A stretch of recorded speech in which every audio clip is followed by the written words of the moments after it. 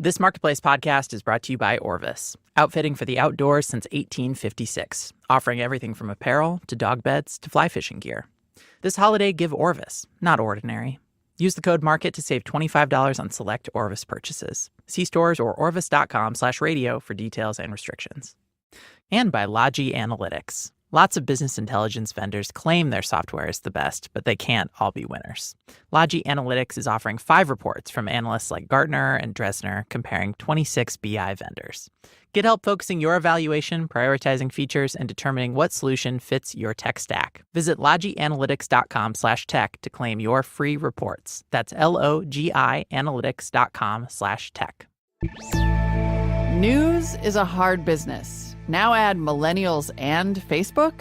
Yikes. From American Public Media, this is Marketplace Tech, demystifying the digital economy. I'm Molly Wood.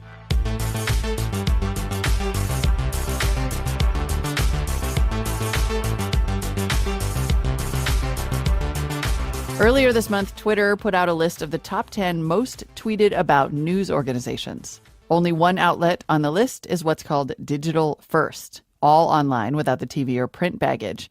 It's Now This News, a media company that delivers news to millennials using mostly video across all kinds of platforms: Facebook, Snapchat, Instagram, YouTube. It says it gets 2.6 billion video views each month and reaches 70% of millennials at any given time. But lots of digital media companies, especially the ones aimed at millennials, had layoffs or closed in 2018. And publishers found that relying on Facebook or even Google for views could be risky.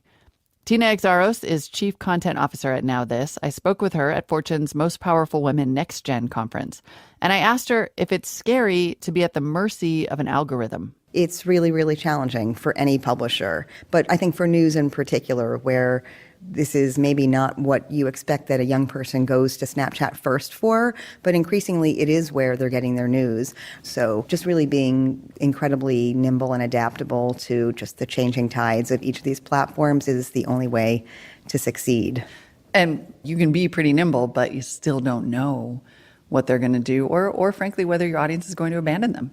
Yeah, well, I think first and foremost, and this is, I think, the privilege or the beauty of being a little bit more kind of building from the startup space, is if you build it and they come, then you have to believe that the business model will follow. So we spent a large portion of the first few years of our lives at Now This just creating great content that built huge scale. So make sure that you have a loyal audience that is following you and engaging with you every day, and work closely with each of these platforms to develop diverse revenue streams. And now thinking about what our content might look like off of these socially distributed platforms. And are you venture funded now? We were, and now we have a great investment from Discovery Communications that happened about 2 years ago. And we merged together with 3 other brands, and we formed what's called Group 9. So now this is part of Group 9, which also includes the Dodo, Thrillist, and Seeker, which is a science brand that Discovery launched a few years back. How has, if at all, this kind of techlash, right, this sort of even just suspicion of some of these platforms in general, how does that change the way that you approach those partners from a distribution and a kind of like user trust perspective?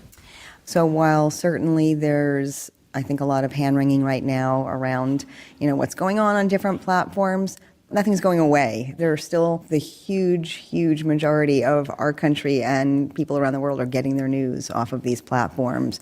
So I think what we can do as a publisher is the best job we possibly can, and to tell the truth and to fact-check what we're doing, and that's what we're doing every day. Tina Exaros is Chief Content Officer at Now This Media.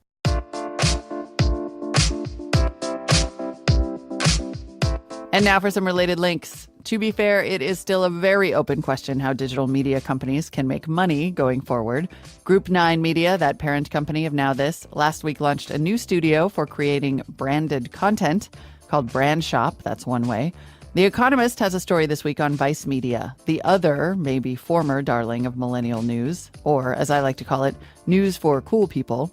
Vice's big challenge headed into 2019 is how to get advertising when all the money currently goes to Facebook and Google. The article in The Economist notes that Vice, BuzzFeed, and Vox Media combined, the big three in all digital news and entertainment, get less than 1% of the internet ad market in the United States. That Economist story, by the way, is behind a paywall because, well, like I said, tough business. I'm Molly Wood, and that's Marketplace Tech. This is APM.